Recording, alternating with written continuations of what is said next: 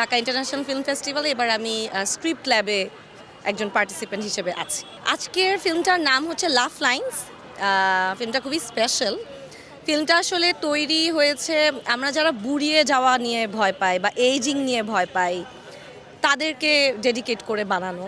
কারণ হচ্ছে I think human কাইন্ডেরই একটা ফিয়ার হচ্ছে টু এইজ, বাট এইজিংয়ের যে একটা গ্রেসফুল ব্যাপার আছে, এইজিংয়ের যে একটা বিউটি আছে, এটা আমরা অনেক সময় উপলব্ধি করি না।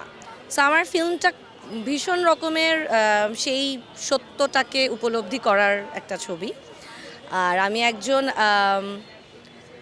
প্রাক্তন চিত্রনায়িকার লাইফের পার্সপেক্টিভে আমার স্টোরিটাকে বিল্ড করেছি। প্রথমত আমার দেশের I think Dhaka international film festival is the best festival, এবং ফিল্মটা কিন্তু 2 বছর আগের।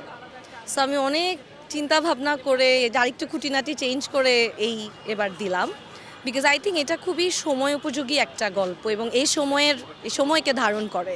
সো ওই জায়গা থেকে I think it's a perfect platform. আমার খুবই ভালো আছে। আজকে তো ফেস্টিভ্যালের প্রথম দিন, তো সকাল থেকে আমরা ল্যাব করছি। আমার এবার একটা প্রজেক্ট জমা দিয়েছি, লেটস মিট। সো ওইটা করলাম, এখন আসলাম আমাদের স্ক্রিনিং 7টার সময়। আমার যিনি নায়িকা উনিও আছেন। সো আমরা আমরা সবাই মিলে উপভোগ করব, কারণ অনেক দিনের জমানো একটা ফিল্ম এটা। আসলে ঢাকা তো এমনিতেও একটা হাব অফ থাকে না, এন্টারটেইনমেন্ট বলেন, এন্টারটেইনমেন্ট বিজনেস বলেন। সো এই জায়গাটা আই থিঙ্ক নেটওয়ার্কিংয়ের জন্যও খুব ভালো। আমরা তখন পুরোপুরি ডিসেন্ট্রালাইজ হতে পারিনি।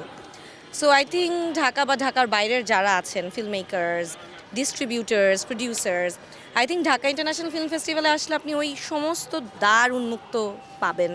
অনেক রকমের ফিল্ম দেখতে পারবেন। এই যে একটা বই ভর্তি খালি সিনেমা, সমস্ত দেশের সিনেমা আছে, আমাদের দেশের সিনেমা আছে, জানা অজানা অনেক ফিল্ম মেকাররা এখানে আসেন। সো আই থিঙ্ক খুব ভালো একটা এক্সচেঞ্জ অফ আইডিয়াস হয়, এবং 4 দিন 8 দিন টানা দেখতে দেখতে একটা ফ্রেন্ডশিপ হয়ে যায়, নেটওয়ার্কিং হয়ে যায়। সো এটা হয় কি আপনার পরের কাজগুলোতে আপনাকে অনেক হেল্প করে, অনেক বুস্ট করে। সো আই থিঙ্ক এই কারণে ঢাকা ইন্টারন্যাশনাল ফিল্ম ফেস্টিভ্যাল আমাদের দেশের পার্সপেক্টিভে খুবই গুরুত্বপূর্ণ একটা ফেস্টিভ্যাল।